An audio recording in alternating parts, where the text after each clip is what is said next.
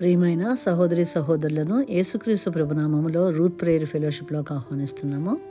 ఈ దినము దేవుడు మనతోటి ద్వితీయోపదేశకాండము 8వ అధ్యాయంలోని 18వ వచనం ద్వారా మాట్లాడతాలంచారండి. మరి ద్వితీయోపదేశకాండము మోషే చేత వ్రాయబడినటువంటి 5 గ్రంథాలలో చివరిదండి. ఈ ద్వితీయోపదేశకాండం ద్వారా దేవుడు ఇశ్రాయేలీయులు జీవించవలసినటువంటి జీవన విధానము, వారు పాటించవలసినటువంటి నిబంధనలు, కట్టడలు, దాని గురించి మరి మోషే చేత వివరింప చేశారు. వాటిల్లోంచి ఒక వచనం చూద్దాము. 8వ అధ్యాయంలోని 18వ వచనము. కాగా నీ దేవుడైన యెహోవాను జ్ఞాపకం చేసుకొనవలెను, ఏలయనగా తాను నీ పితరులతో ప్రమాణము చేసినట్లు తన నిబంధనను నేటి వల్లే స్థాపింపవలని మీరు భాగ్యము సంపాదించుకొనుటకై మీకు సామర్థ్యము కలుగచేయువాడు ఆయనే. ఈ వాక్యం యొక్క మొదట మనము చూసాం కదండి, కాగా అని అంటున్నారు. అనగా తండ్రి అయిన దేవుడు మోషే ద్వారా చాలా మాటలు వారితో మాట్లాడుతూ ఉన్నారండి. ఆ 8వ అధ్యాయంలోని మొదటి వచనంలో, మీరు బ్రతికి అభివృద్ధి నొంది యెహోవా మీ పితరులతో ప్రమాణము చేసిన దేశమునకు పోయి దాన్ని స్వాధీనపరచుకున్నట్లు నేడు నేను నీకు ఆజ్ఞాపించిన ఆజ్ఞలన్నిటినీ అనుసరించి నడుచుకొనవలెను. ఈ మొదటి వచనంలోను 18వ వచనంలోనూ కూడా దేవుని యొక్క ఉద్దేశము ఆనాటి ఇశ్రాయేలీయులు ఆశీర్వదించబడాలని, అభివృద్ధి పొందాలని, వారు బ్రతికే జీవితంలో, ఎందుకనంటే ఐగుప్తులో ఉన్నన్ని సంవత్సరాలు కూడా వాళ్ళు నలగ కొట్టబడుతూ, వాళ్ళు మట్టి కీలును తొక్కుతూ, ఇటుకరాళ్ళు చేస్తూ బానిస జీవితంలో ఉండి ఎటువంటి అభివృద్ధి లేకుండా ఉన్నారు. కనుక దేవుని యొక్క ఉద్దేశము అబ్రహాము, ఇస్సాకు, యాకోబులతో చేసిన వాగ్దానం ప్రకారము వారికి పితరులకు ఇచ్చినటువంటి దేశములో, పాలు తేనెలు ప్రవహించే దేశంలోకి వారిని తీసుకుని వెళ్ళాలని దేవుని యొక్క ఉద్దేశము. అంతేకాకుండా దేవుడు ఇంకొక మాట కూడా వారితో చెప్తున్నారండి. అరణ్యంలో 40 సంవత్సరాలు ప్రయాణం చేశారు. ఆ 40 సంవత్సరాలు కూడా వారిని కాచి కాపాడినటువంటి దేవుడు అంటున్నారు కదా 4వ వచనములో, ఈ 40 సంవత్సరములు నీవు వేసుకొనిన బట్ట పాతగెలలేదు, నీ కాలు వాయలేదు. అలాగే 7వ వచనంలో అంటున్నారు కదా, నీ దేవుడైన యెహోవా నిన్ను మంచి దేశములో ప్రవేశపెట్టును, అది నీటి వాగులను, లోయలలో నుండి, కొండలలో నుండి పారు ఓటలను, అగాధ జలములు గల దేశము. అది గోధుమలు, యవలు, ద్రాక్ష చెట్లు, అంజూరపు చెట్లు, దానిమ్మ పండ్లను గల దేశమును, ఒలీవ నూనెయు తేనెయు గల దేశము. కరువు అనుకొనకుండా నీవు ఆహారము తినే దేశము, అందులో నీకు ఏ లోపము ఉండదు. అంత గొప్ప దేశంలోకి నిన్ను తీసుకుని వెళ్తున్నాను. ఆ దేశంలోకి నిన్ను తీసుకుని వెళుతూ నువ్వు ఇంకా అభివృద్ధి పొందటానికి నీకు నేను సామర్థ్యతను కలుగ చేసే దేవుడను అని చెప్తున్నారు. ఏమన్నారండి ఇక్కడ?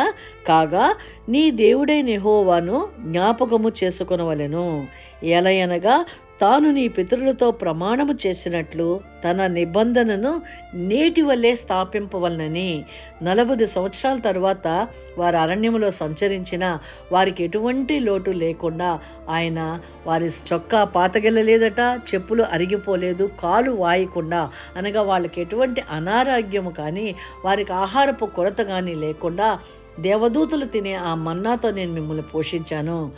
అదే కాకుండా ఇప్పుడు మిమ్మల్ని పాలు తేనెలు ప్రవహించే దేశంలోకి తీసుకుని వెళుతూ మీరు ఇంకా అభివృద్ధి పొందాలని నా ఆలోచన.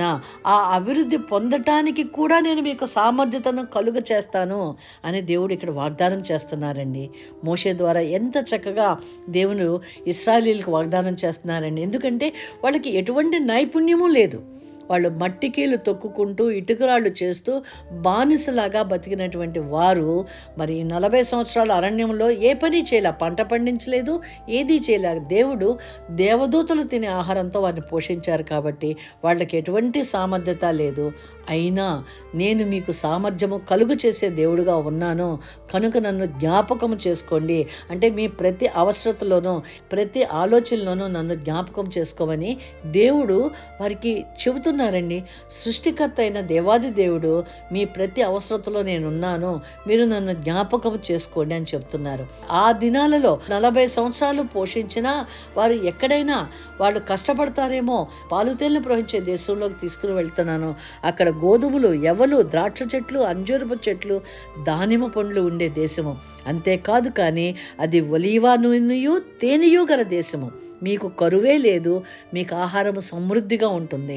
ఇవన్నీ పండించుకోవడానికి, ఇవన్నీ చేయటానికి కూడా మీకు సామర్థ్యతనిచ్చే దేవుడను అని ఆ రోజుటి ఇశ్రాయేలీయులకు చెబుతున్నారు.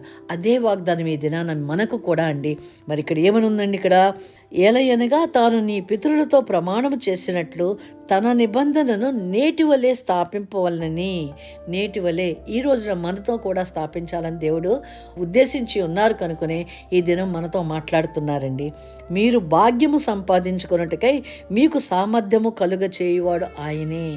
మనకు, మన పిల్లలకి, మన కుటుంబస్తులందరూ కూడా సామర్థ్యత కలుగు చేస్తున్నారు. దేనికోసమండి? భాగ్యము సంపాదించుకోవాలి. మీరు భాగ్యము సంపాదించుకున్నట్టుకు. అందుకనే నేటి వలే ఈ రోజున మనకి, ఈ దినమున మనల్ని, మన బిడ్డల్ని, మన కుటుంబీకులందరూ కూడా వారు చేస్తున్నటువంటి వృత్తి వ్యాపారాల్లో, వాళ్ళకు రావాల్సినటువంటి జాబ్స్లో, వారు పండించే పంటలలో ఈ వాక్యం వింటున్నట్టు ప్రతి ఒక్కరితోనూ మాట్లాడుతున్నదండి. మీరు ఏ విషయంలో అయితే సామర్థ్యత లేదు, నాకు జాబ్ రాలేదు అని మీరు అనుకుంటున్నారేమో, మరి అలాంటి విషయంలో దేవుడు చెప్తున్న ఈ మాటను మీరు జ్ఞాపకం చేసుకుంటూ 8వ అధ్యాయంలోని 18వ వచనం ద్వారా మీరు ఆ మాటని జ్ఞాపకం చేసుకుంటూ, దేవుడు ఆ రోజున మాట్లాడిన దేవుడు ఈ రోజున కూడా మాతో మాట్లాడుతున్నారని సంతోషముతో ఆ మాటను అంగీకరిస్తూ ప్రార్థన చేయండి. అంతేకాదు కానీ అపోస్తుల కార్యము 1:8లో చెప్తున్నారు కదా, పరిశుద్ధాత్మ మీ మీదకు వచ్చినప్పుడు మీరు శక్తి నొందెదరు. యేసుప్రభు ఆరోహణం అయ్యేటప్పుడు ఏం చెప్పారు? పరిశుద్ధాత్మ మీ మీదకు వచ్చినప్పుడు మీరు శక్తి నొందెదరు.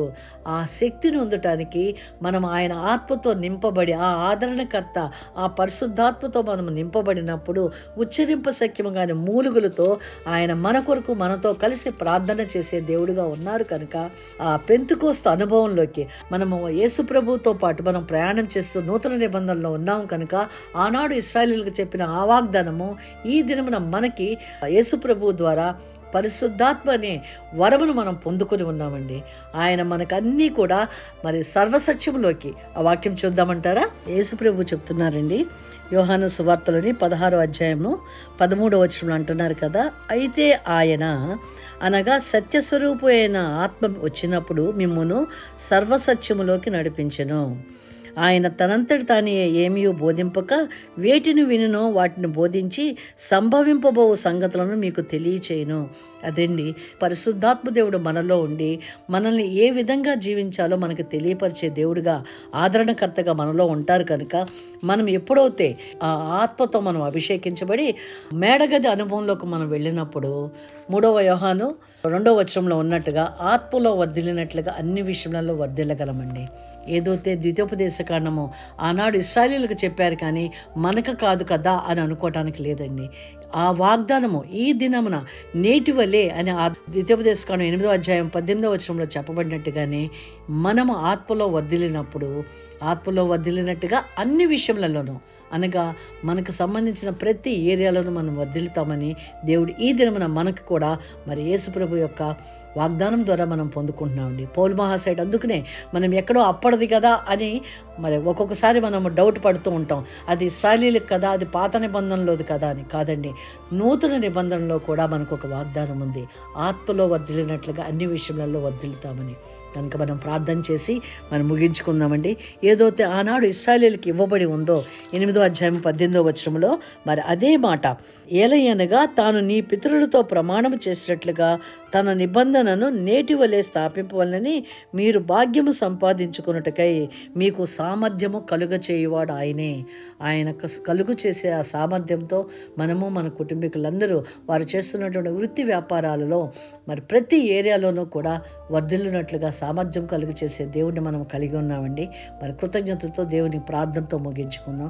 సర్వశక్తిమంతుడైన దేవ, నా తండ్రి, మీరు ఏదైతే వాగ్దానం చేశారో నేటి వలె స్థాపింపవలనని మీరు భాగ్యము సంపాదించుకున్నట్టుకై అని చెప్తున్న దేవా, ఆ సామర్థ్యతను మా బిడ్డలు మేము చేస్తున్నటువంటి వృత్తి వ్యాపారాలలో వర్ధిల్లునట్లుగా మమ్మల్ని దీవించమని, ఆశీర్వదించమని, ప్రతి ఒక్కరి కుటుంబంలోనూ మీ ఆత్మకార్యాన్ని జరిగించమని, రక్షణ పొందిన వారిని దీవించండి.